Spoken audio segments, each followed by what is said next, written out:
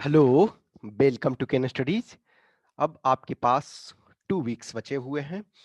तो last 2 weeks का checklist, ये एक दो कैंडिडेट का मैसेज था। तो मैं ऑब्वियसली है इट्स बेटर कि मैं ये बता दूं। हाउएवर देखो, जो भी लास्ट 30 डेज वाला सीरीज कर रहे हो, तो मैं समझता हूं कि उसमें मैं चीज़ों को ऑलरेडी कवर कर रहा हूं, तो उनको स्पेसिफिक करने की ज़रूरत नहीं है। लेकिन जिनको लगता है कि वो उस चीज़ को मिस कर चुके हैं, या अभी जो भी है 2 वीक्स का, तो मैं उनके लिए ये कर रहा हूँ। अदरवाइज 30 डेज वाला कर रहे हो तो उनके लिए स्पेसिफिक कुछ करने की जरूरत नहीं है। मोर और लेस मैं सारी चीजों को इसमें करवा ही रहा हूँ। ठीक है, तो पेपर 1 में आपको क्या करना है कि ब्रशअप बेसिक्स, ठीक है, बेसिक्स को ब्रशअप करें, क्योंकि बेसिक्स के चीजें गलत नहीं होनी चाहिए। वो चाहे पॉलिटी हो, हिस्ट्री हो, कन्वेंशनल जो पेपर है, वो ज्योग्राफी हो, कोर जो है वो गलत नहीं होनी चाहिए। अब आपका कोई भी एनसीईआरटी से डायरेक्ट वर्बेटिम दे दिया, अब वो यदि आप गलत करते हो तो प्लीज वो एकदम नहीं गलत होना चाहिए। लक्ष्मीकांत का कोई दे दिया, आपने यदि 4 बार 5 बार पढ़ा हुआ, तो मैं समझता हूँ वो नहीं गलत होना चाहिए। तो जो बेसिक्स है उसी को अब ब्रशअप करना है। ऐसा नहीं है कि अब एक्स्ट्रा कोई चीज को नहीं पढ़ना, लेकिन बेसिक्स को जिसको पढ़े हुए हो तो उसको ब्रशअप थोड़ा सा कर लो कि हाँ अच्छा इस पॉइंट में हमको कंफ्यूजन है, तो उस चीज को देख लो। करंट का देखो, किसी भी एग्जाम में, यूपीएससी का जो एग्जाम होता है हर साल होता है, एक्सेप्शनल आर एवरीवेयर। कुछ जो स्पेशल एग्जाम होते हैं उसमें टाइम पे कुछ 3 साल 4 साल, कभी कभी लाइफ टाइम में वन टाइम मान के चलो, या लेकिन इधर क्या होता है कि जो रेगुलर एग्जाम उसमें जनरली 1 ईयर होता है। तो लास्ट एग्जाम से अब तक जो है, यानी कि एग्जाम से 1 महीने पहले तक का करंट अफेयर्स करना, लेकिन इसमें आपको बहुत गैप हो गया। लेकिन उसमें से भी 6 मंथ का करंट अफेयर सबसे ज्यादा इंपॉर्टेंट होता। तो आप मई से लेकर के मिड नवंबर तक आपको ये करना है। ठीक है, मई से मिड नवंबर तक आपको प्रॉपर तरीका से उसको रिवाइज करें, क्योंकि हम उसको ये करवा चुके हैं। जो भी है देखो, जो जुलाई से लेकर के खास करके अक्टूबर, मिड अक्टूबर तक का हम प्रॉपर वीडियो डाल चुके हैं, लेकिन जो हम 30 डेज का शेड्यूल दे रहे थे उसमें हमने ये करवा दिया था।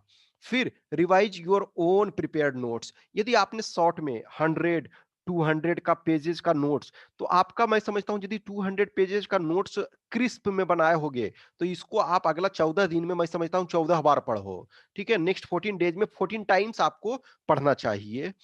तो ये आपका हो गया। ये इसको जितना बार इसको कर सको, मैं समझता हूँ डेली 200 पेजेस को आपके अपने नोट्स जो है 2 टाइम्स आप ये 1 टाइम डेली पढ़ सकते हो। फिर प्रीवियस ईयर पेपर आप 10 ईयर्स का जो भी है उसको, जो भी है 10 ईयर्स का, उसको बार बार जो भी है जितना आप कर सकते हो वो चीजें जरूरी है। Practice set which you solve. अब तक जो आपने मान के चलो कि पूरे सीजन में कुछ कैंडिडेट, जैसे मैं एक कैंडिडेट का श्योर हूं कि अब तक 17 टेस्ट हमने अपलोड किया है, कल 18th टेस्ट ये एक्टिव हो जाएगा। ऑल 17 टेस्ट उसने दिया हुआ है, ऑल 17। एक ही ऐसा कैंडिडेट है जिसने 17 ऑल 17 दिया हुआ है, जो जिसका मेरे पास रिकॉर्ड है। अब ऑब्वियसली बात है कुछ कैंडिडेट ने और जगह पे दिया होगा, लेकिन एक कैंडिडेट है जिसने ऑल 17 टेस्ट दिया हुआ है। तो जितने टेस्ट अब तक आपने दिए हो कहीं का भी, ऐसा नहीं है हमारा या जहां का भी, तो उसको आप अगेन सोल्व करो। जो भी जहां मिस्टेक मान के चलो ना, कि जैसे आप प्रॉपर तरीका से उसमें नोट्स वगैरह या कुछ चीजों को कर रहे हो, तो उसको क्या करो कि हाँ इस क्वेश्चन में हम, क्वेश्चन नंबर 1 उसमें हमको प्रॉब्लम था, क्वेश्चन नंबर 2, तो इस ढंग से यदि आपने कुछ प्रिपेयर नोट किए हुए हो, तो उस चीज को प्रैक्टिस करो। तो ये करना, बेसिक्स को ब्रशअप कर लेना है। फिर आपका करंट अफेयर्स मई से मिड नवंबर तक का प्रॉपर फिर से कर लोगे। Revise your on prepared notes, जो 100 200 पेजेस का आपने बनाया होगा क्रिस्प में, previous year paper 10 years, practice set जितने भी आपने सोल्व किए हैं, जो जिसका भी जिस जगह का टेस्ट आपने सोल्व किया है उसको आपको ये करना है। ये पेपर 1 का आपका टास्क है। Paper 2 grammar.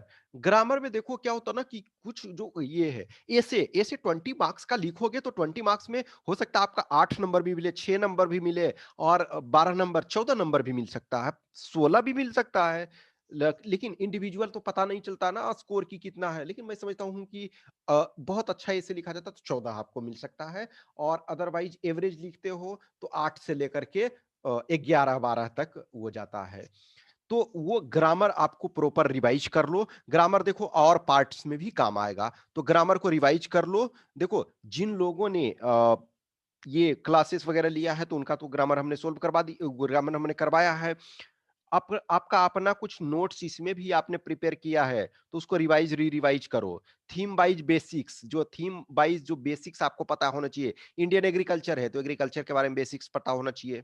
फिर उसके बाद प्रैक्टिस थोड़ा-सा कर लो। जिन लोगों ने नहीं एकदम प्रैक्टिस किया है, वो एटलीस्ट 2 तो टेस्ट अभी लिख लो। और जिन लोगों ने प्रैक्टिस किया, तो जितना अधिक कर सकते हो उतना फ़ायदा।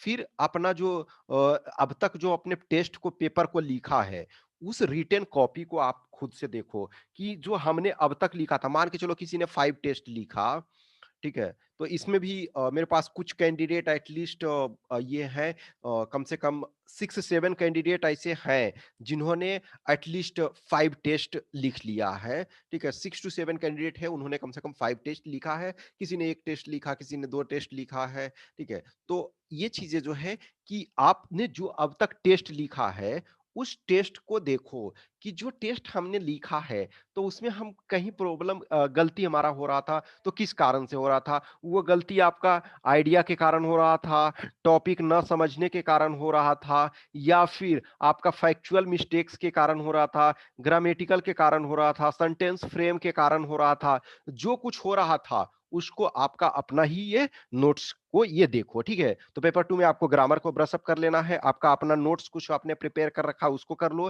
थीम वाइज़ जो हमने चीज़ों को बताया है, उसको ये कर लो। प्रैक्टिस 1-2 सेट जो भी दो दो 1, 2, 3, 4 जो भी आप कर सकते हो वो करो।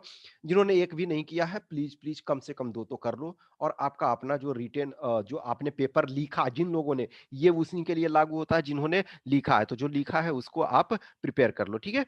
तो बाकी जो भी कुछ भी क्वेश्चन्स क्वेरी है तो आप कमेंट बॉक्स में डालो, या फिर हमें इस व्हाट्सएप नंबर पे संपर्क करो, या फिर इस टेलीग्राम नंबर पे। और जिन्हें भी टेस्ट देना है वो केन स्टडीज पे जाकर के टेस्ट दो। जो भी पर्सनल क्वेश्चन जिनका रहता है वो व्हाट्सएप या फिर टेलीग्राम पे मैसेज कर दो। कॉल तभी करो जब बहुत जरूरी हो। Okay, thanks for watching this.